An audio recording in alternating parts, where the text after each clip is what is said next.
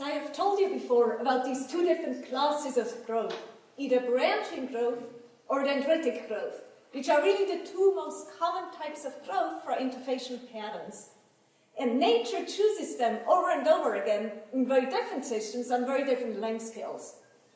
But in our experiments, we also see patterns that don't look anything like these two up here. We see patterns that look like this, which clearly are branching patterns, and even more clearly are dendritic ordered patterns.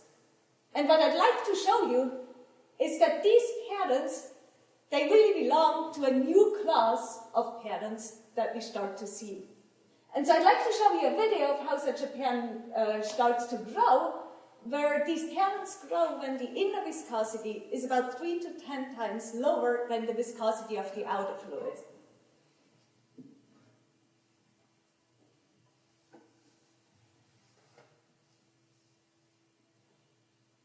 And so in this case, you again see an instability to develop very early on, but then you never actually see any of these structures to branch and form a new generation. And so we see these very blunt structures here at the interface, but clearly these aren't fingers, and so we call them the toes. And what makes these toes really very different from the fingers is that they never actually split at the tips, and so they never create new branches.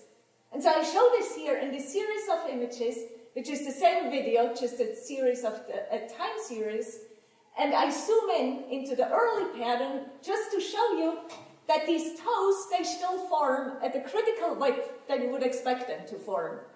However, then, as they continue to grow, they grow much, much wider than 2 times the critical width, for in principle they should split. And so what this leads to is that these patterns actually grow by a type of growth that is called proportionate growth. And so proportionate growth is familiar to all of you because that's essentially how you grew.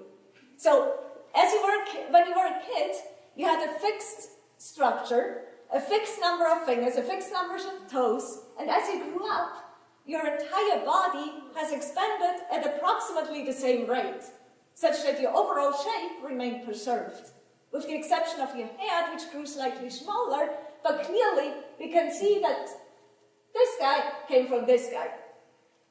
And so what this means is that I can look at the body length of a child, at the length of the arm of a child, the body length of an adult, the arm length of an adult. I can plot these two length scales as a function of the age. So we grow up as kids, then here's puberty, and then we are adults. But if I take the ratio between these two length scales, it remains constant over time, which means that your arm has grown at the same rate as your body. Now, in order for a system to grow by proportionate growth, it needs to have 3 key properties. The pattern has to be composed of different length scales. The growth has to occur everywhere, and it has to be robust to some noise. And so as common as this proportionate growth is in the biological world, it is actually extremely rare outside of biology. And really, I don't know of any other system than these toes, physical system, non-biological system, that exhibits this type of growth. And so our toes, they have different length scales. We have the size of the toe and the size of this inner circle. And if again I plot this ratio of these two length scales, we see that as a function of time, the ratio remains approximately constant, except in the very beginning. So the toes grow in direct proportion to this inner circular region. There's a fixed number of toes because these toes never split. And maybe the most convincing argument is a very visual one, where I show you again a time series of these experiments. I zoom in into the pattern at early times. I expand it to the size of the pattern at late times. I can then do a very high-tech experiment. I print the outline of these patterns on a sheet of transparency. And I do this for a pattern at early times, a pattern at late times. I can superimpose the two. And you see that they almost perfectly line up.